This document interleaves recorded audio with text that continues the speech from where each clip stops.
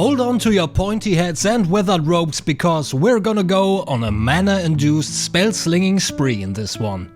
In my flavor of Kano, we're trying to cast as many spells as possible each turn, our opponents included, with the help of pseudo go-again cards and of course Kano's very own ability. With 12 spells costing 0 and another 20 costing 1 resource, while having 20 cards that pitch for 3, we are in a good spot to pump out as many spells as possible without having to worry about resources or what we might banish with Kano.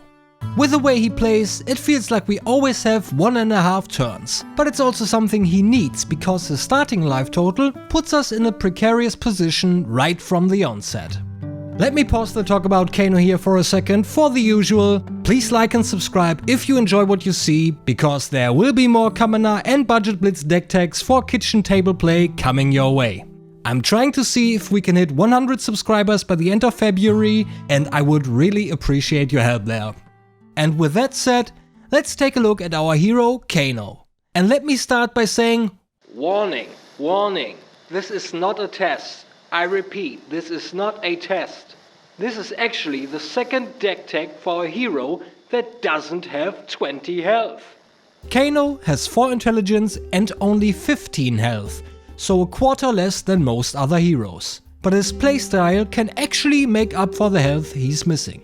His ability is the focus point of this deck, because with it we can not only play cards on our own turn, but also on our opponent's turn as well. Furthermore, Kano's ability is not limited to a once per turn use. As long as we have the resources, we can go for it. His instant ability costs 3 resources to activate and lets us take a look at the top card of our deck. If it's a non-attack action card, we may banish it. A small reminder, instants are not action cards, so we wouldn't be able to banish them with Kano. Not an issue in this deck at all, but I wanted to get it off my chest because it was a mistake I once made. Whatever the case, if we banish the top card, we may play it that turn as though it were an instant. We're also going to use Kano's signature weapon, Crucible of Aetherweave. Its once per turn instant costs 1 resource and makes our next card that deals arcane damage that turn deal 1 additional arcane damage. Kano's undeniable drip, do kids still say that? No? Huh.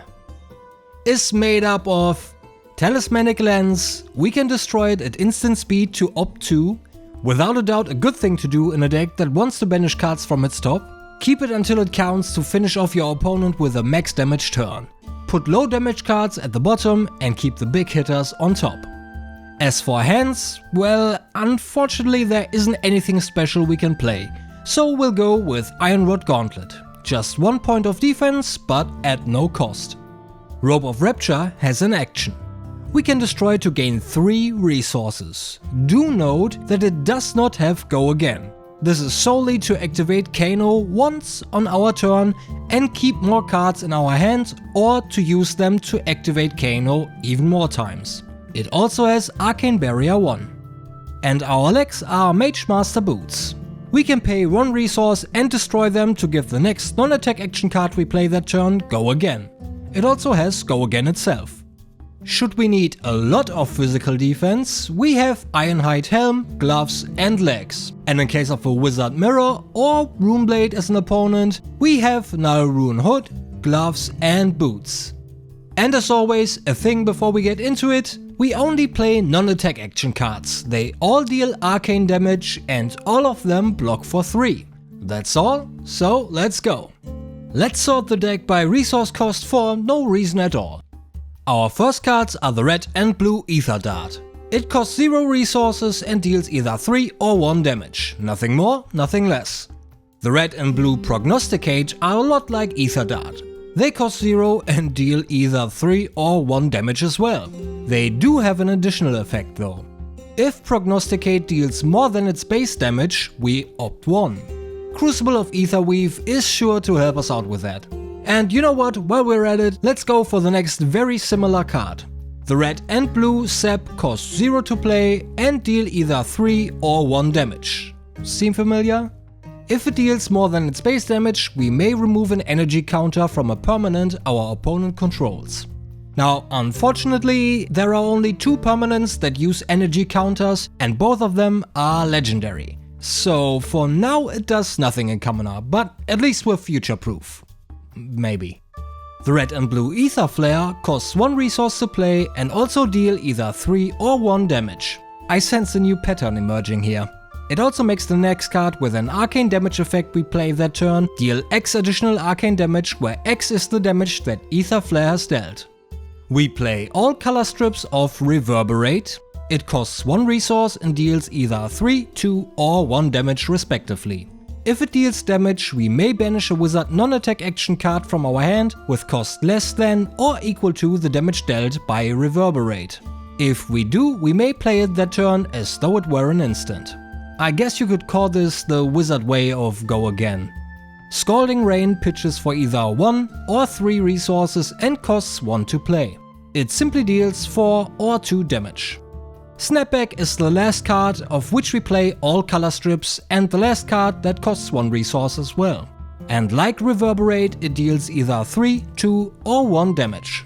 If we've played another wizard non-attack action card that turn, we may play Snapback as though it were an instant. Another type of wizard go again. For 2 resources we have the red and blue Rousing Ether. It deals 4 or 2 damage to our opponent. It also makes the next card with an arcane damage effect we play that turn deal 1 additional damage. And we play the blue striped version of Voltic Bolt that costs 2 resources to play and deals 3 arcane damage. The last card and sole 3 cost card is blue as well. Timekeeper's Whim deals 3 arcane damage, and if we've played it on our opponent's turn, we get to put it at the bottom of our deck. And that's a wrap.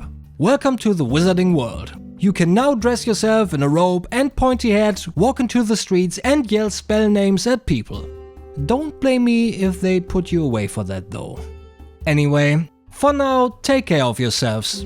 Probably don't do what I said before, and maybe I'll see you in the next video.